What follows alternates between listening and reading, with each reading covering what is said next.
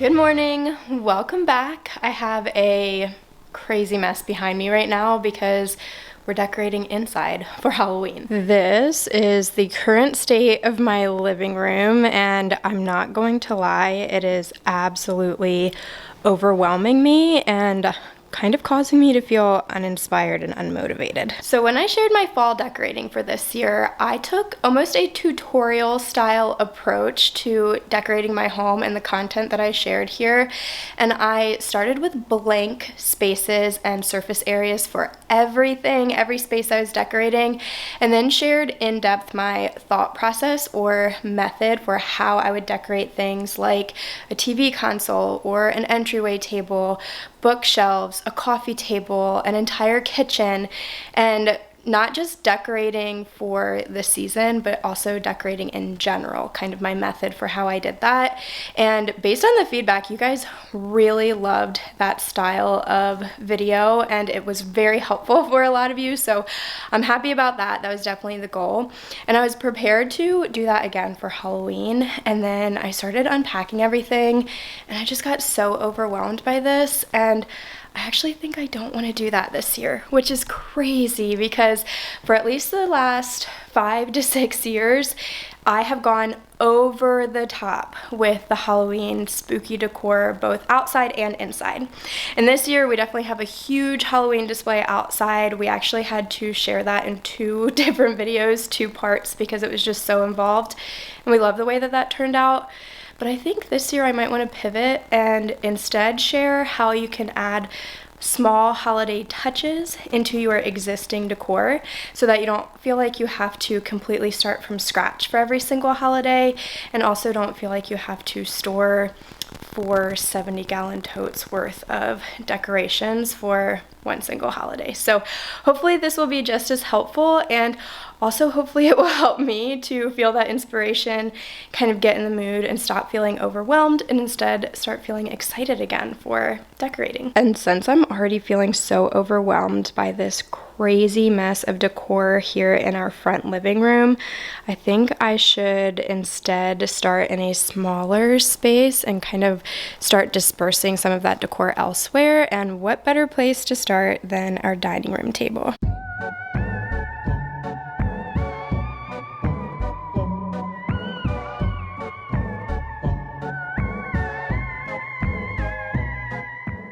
Since this is the only space in our home that we have to sit down and eat, it does get dirty and collect food crumbs quite often, and I have to wipe down the table a couple of times per day. So I wanted to start with a fresh, clean surface, and of course I cleared everything off, wiped the table down really well, and then we're going to start styling. And this is the Lazy Susan that I keep in the center of the table with things like salt and pepper shakers and napkins on a daily basis. But when I was at HomeGoods the other day, I found this one in this really fun checkerboard pattern with that kind of charcoal colored marble in it for only $20, and I thought that this would be a really fun swap for the spooky season, but also kind of year-round I could use this. And to style on top, I'm going to use this textured vase that also came from HomeGoods, but I think I've had it for about 2 years now, and I'm going to fill that with a handful of faux stems. I got these from, I want to say, Target maybe 3 years ago, and I love using them every Halloween season. They are such a fun Halloween purple tone. I'll show you up close here. Purple is actually my favorite color, and so I love incorporating these into my Halloween decor, and they were only $5 from Target during that season. So I think I have a good handful of them, and I've definitely gotten my $20 worth of use out of them over the last few years, and will continue to do so for many Halloweens to come. These are some of my favorite things to style, and it's just so easy to make a little spooky arrangement using a gray or charcoal or even black colored vase and just popping these stems in. And then to keep this space functional, I'm going to put some salt and pepper shakers here, and then also also some coasters. And typically I have some wooden and marble coasters here, but I actually found these ones that look like little ghosts in the HomeGoods checkout lane on the same day that I found that Lazy Susan, and they were $7, I believe. So I just thought these were too cute to pass up, and they've quickly become one of my favorite parts of my Halloween decor this year. But now for the blank wall that sits behind my dining table. This has given me a run for my money, and honestly, I just leave it blank in my everyday decor because I'm not quite sure what to put there. I've tried out a mirror, I've tried out artwork, but I think that these bats were the perfect spooky touch for the Halloween season. They do come with adhesive dots or squares to hang them onto the wall or whatever surface that you're decorating with them, but I prefer to use painter's tape because I have used included adhesive in decor in the past and it has damaged my walls and peeled off paint, and so I think I might be a little traumatized, or maybe hesitant is a better word to use, because of that experience. And so now I just like to use the painter's tape, and this works just fine.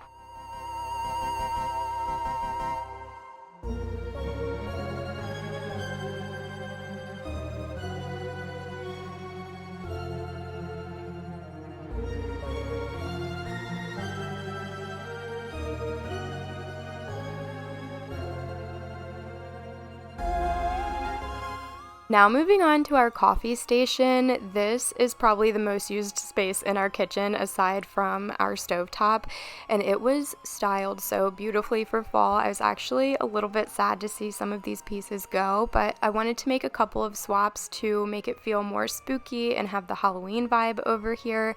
So I grabbed this small mug tree and I'm going to use it to display this set of 4 ghost mugs. Now, in the beginning of 2024, I swore off seasonal mugs, and I've been so good. I have not bought a single new coffee mug for the entire year, but I just love these ones so much and I couldn't bear to part with them. So I did not declutter these. They're these little ghost mugs from Pottery Barn, and I do have the complete set of 4. We will display these and use these, so it's a little piece of functional decor in this space. And then to match with them, I have this ghost serving bowl that I actually found from HomeGoods, but they look nearly identical. Like, it looks like it could be the same collection. So I love that I was able to find this at HomeGoods and not have to spend the Pottery Barn price on it. But I'll use that to kind of corral all of our coffee pods for the season.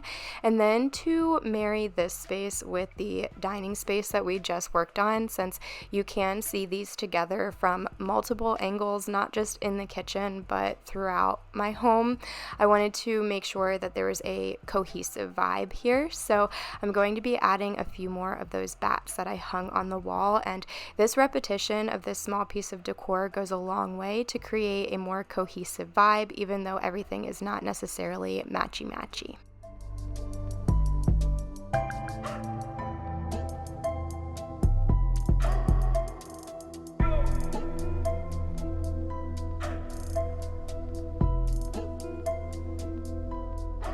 I am really happy with how this is coming out so far. I think that it is so spooky, but not too much. Like, it's not over the top, so it's not impeding on the function of these spaces. And I don't know, I just feel like it's the perfect touches. I think this was definitely the way to go with the decor this year.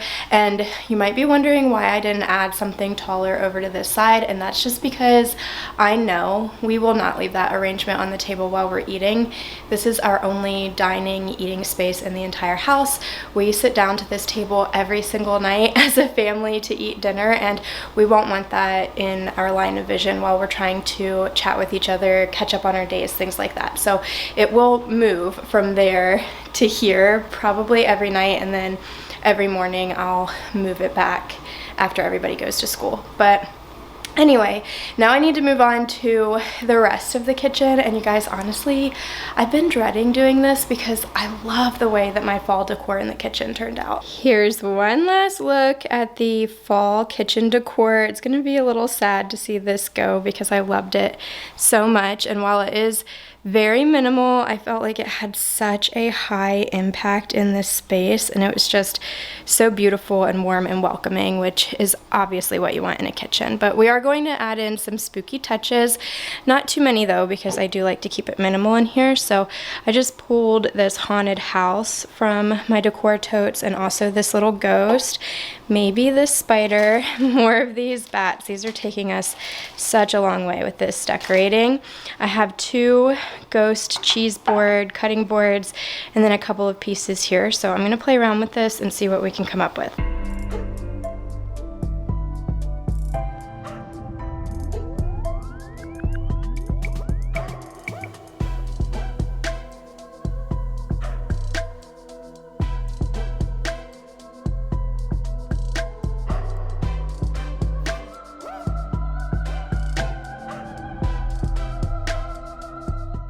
I do keep my kitchen countertop decor very minimal because we don't have a lot of countertop space, and so I don't want to overwhelm my kitchen with a bunch of decor that starts feeling like clutter and impedes on the function of the space, since I do cook multiple meals in here every day and I don't want to be stressed out or annoyed while I'm cooking. So I just have a few simple swaps, pulling out some fall pieces and replacing them with more spooky decor, and then again adding some of those bats on the backsplash behind my stovetop because it was otherwise very blank and white, and so I just wanted to add in these little spooky touches, and that kind of ties in with that haunted house over there as well. And I just want to take a second to say that if you are only putting up a couple of pieces of decor, that is totally fine. Please do not feel the need to go over the top and overwhelm your space, especially if it makes it more stressful and less functional in your everyday life. Decor, in my opinion, is supposed to spark joy and make you feel festive and excited, and if it feels overwhelming, it will not evoke any of those positive feelings. So even though this is very simple, minimal decorating, I still wanted to share it with you and encourage you that if this is what's more realistic and fun and enjoyable for you, it's totally okay to do it this way. But of course, if a lot of over-the-top decor sparks joy for you, then you should absolutely do that too. It's your home, it's your life, and you do what makes you happy. This was definitely the way to go this year. I am loving how everything is turning out so far and feeling inspired to keep decorating, which was the goal, right? So now we're heading into the family room, playroom area. This is the room that we spend the most time in as a family in our home, and also the room that has like a very clear view right into the dining room, the coffee station, kitchen area. And so I want to kind of complete the look by styling these 2 ladder shelves. They frame this doorway here and I absolutely love them. It's such a good way to fill this otherwise very awkward space that took me years to figure out, and it's really fun to decorate them seasonally and for holidays, but I don't decorate every single shelf on the ladder. So this bottom one on both sides, I have a larger basket for toys and games, and then 2 of these round faux leather baskets on that second rung that again we use for toy storage, but then these top 3 shelves I generally save for decorating. Now I do have a method, almost like a template or blueprint, that I use when styling these shelves. It took me so long to figure out not just these shelves, but shelf styling and bookcase styling in general. I feel like I spent a lot of time being frustrated by it, feeling overwhelmed and over cluttering the space. And once I really simplified it and kind of came up with that base method to work from, it made seasonal and holiday decorating so much more fun because it was easy and I didn't have to overthink it. So if you would like me to share more in-depth, maybe a general shelf styling video of like wall shelves or ladder shelves like this, bookcases, and like closed shelves maybe, I would love to share that with you. I have a lot of them, a variety of them dispersed throughout my home, and so if that's something that you would be interested in, let me know and I will put it on my content schedule. But for now, I've just got this huge mess pile of some decor that I've pulled from my totes, and I want to get it off of the floor, off of the coffee table, and onto these shelves.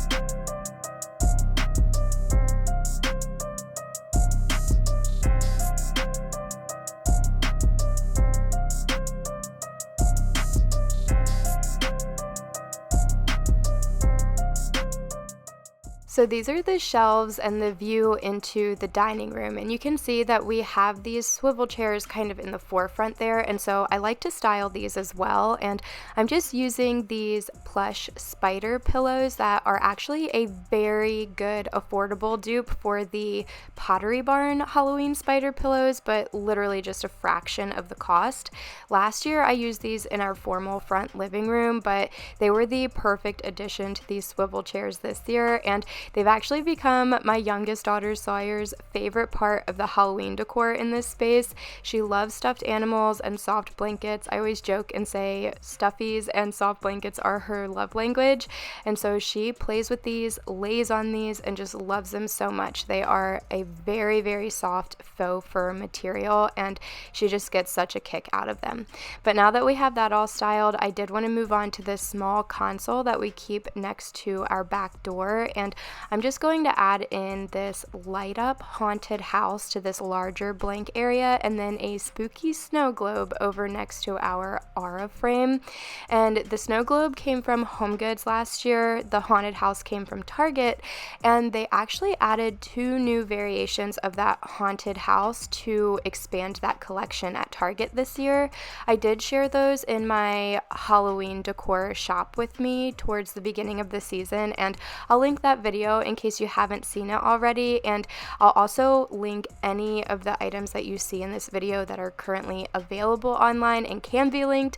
I will have all of those down in the description box and try my best to add them to the YouTube shopping tab. So if you're looking for any of these decor pieces, make sure you check those, and if I've forgotten anything, you can leave me a comment and let me know.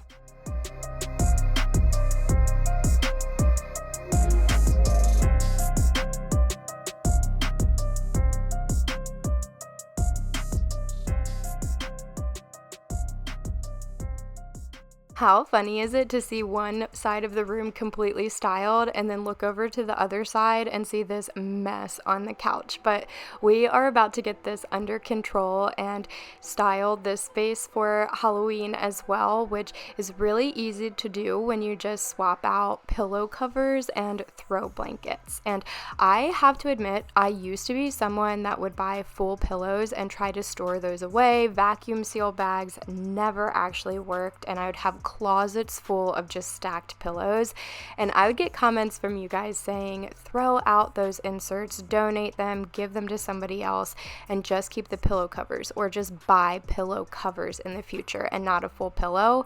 And I resisted it for years, but a couple of years ago, I started doing it, and you guys were totally right. It makes it so much easier to store these seasonal items away in the off season, and very simple to just swap it out when it's time to decorate. And if you caught that tag pushed behind the pillow there, I just want to address that really quickly because I get comments about this on every decorating video.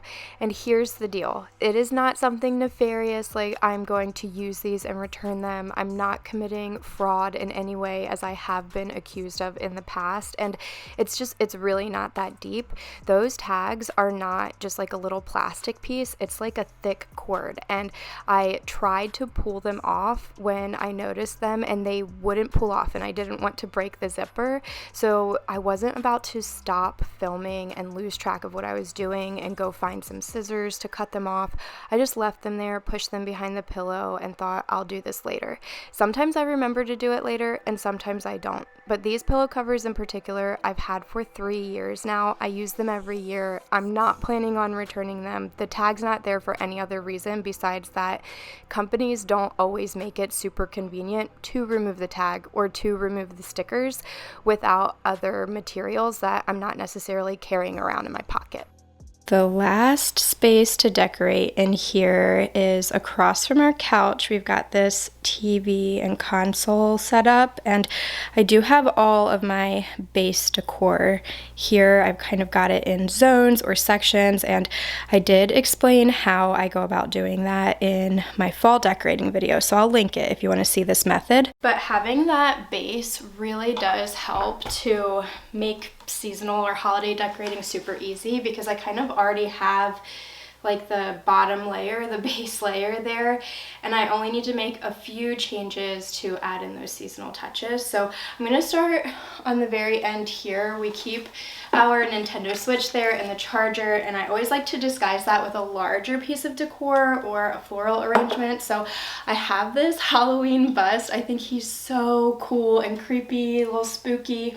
And he does light up, which is always super fun. So I'm going to put him on that end book stack and kind of work my way across. And then we have a candy bowl here, which I feel like is perfect for Halloween, so I don't want to change anything about that. But I do have these two Pottery Barn inspired ceramic light up ghosts that I found at HomeGoods last year, and I think I'm going to use these on that center book stack.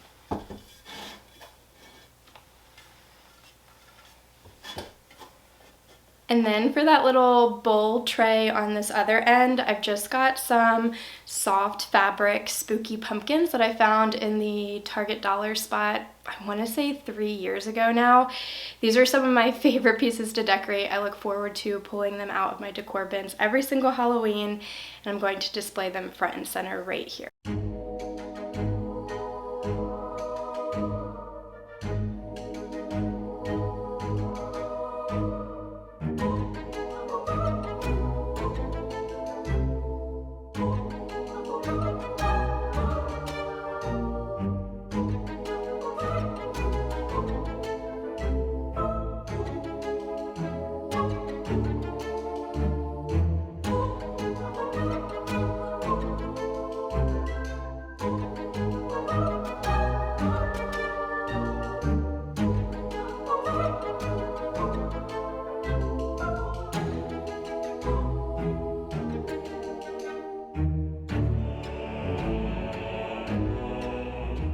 Okay, so I think that this is going to wrap up today's video, which is just crazy because I literally woke up this morning dreading this, like not wanting to decorate and feeling tempted to just pack everything back up and just not do any Halloween decorating for this year. And so it's crazy to think that that's how my day started, and now I'm ending it feeling excited about what I was able to come up with and inspired to keep going and finish the decor in the rest of my home, which is just wow. I just can't believe it. I'm so glad that I kind of gave myself the grace or permission to take a different approach this year and not feel like I have to perform and do something over the top and grand even when I wasn't feeling like doing that. So I really love the way that it turned out. I hope that you guys enjoyed this as well, and that I was able to share some ideas with you that you could use in your own space, or some tactics for decorating for holidays without having to completely start from scratch, and just incorporate those more subtle little touches into your everyday decor, because I do know that not all of us have the budget or storage space available to be able to decorate over the top for every single season and holiday, switching out all of our decor multiple times per year. It's just not realistic for a lot of people. So I hope that sharing a more realistic way of decorating was helpful to some of you. If it was, don't forget to give this video a thumbs up. That always helps to support my channel, and subscribe if you aren't already. I'd love to have you join my YouTube family. I do have at least one more Halloween decorating video, and I think what I'm actually going to try to do is dupe some Pottery Barn Halloween decor with some quick and easy DIYs, and if all of that turns out well, then I'll definitely make sure to share those little DIY projects with you and incorporate them into the decor in that front formal living room so that I can share how everything in my home turns out for this holiday before we move on to the next one. So hopefully I see you all back here to share those more budget-friendly tips and ideas with you. But anyway, this is going to wrap up today's video. I'm going to stop rambling. So thank you so much for choosing to spend your time here with me today, and I hope to see you all in the next one. Bye.